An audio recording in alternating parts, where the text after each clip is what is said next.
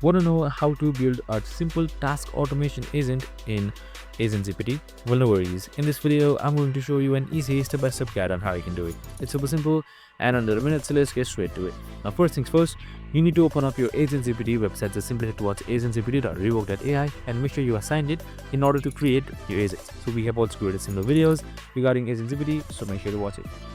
So what you need to do is you need to head towards deploy agent, and your deploy agent should be right here once you're under your home tab. And now you need to start by giving your agent a name. So since we are creating an automation agent, just simply type it in here. So I'm just going to select this automate GPT.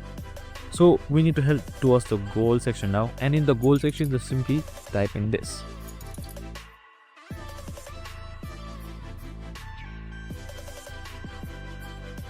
Now once your goal is set, just simply select enter, and now AI will begin to plan steps and execute its task automatically. So it will search, analyze information and generate results based on your goal. And that's it. This is how you build a simple task. I hope this video helped.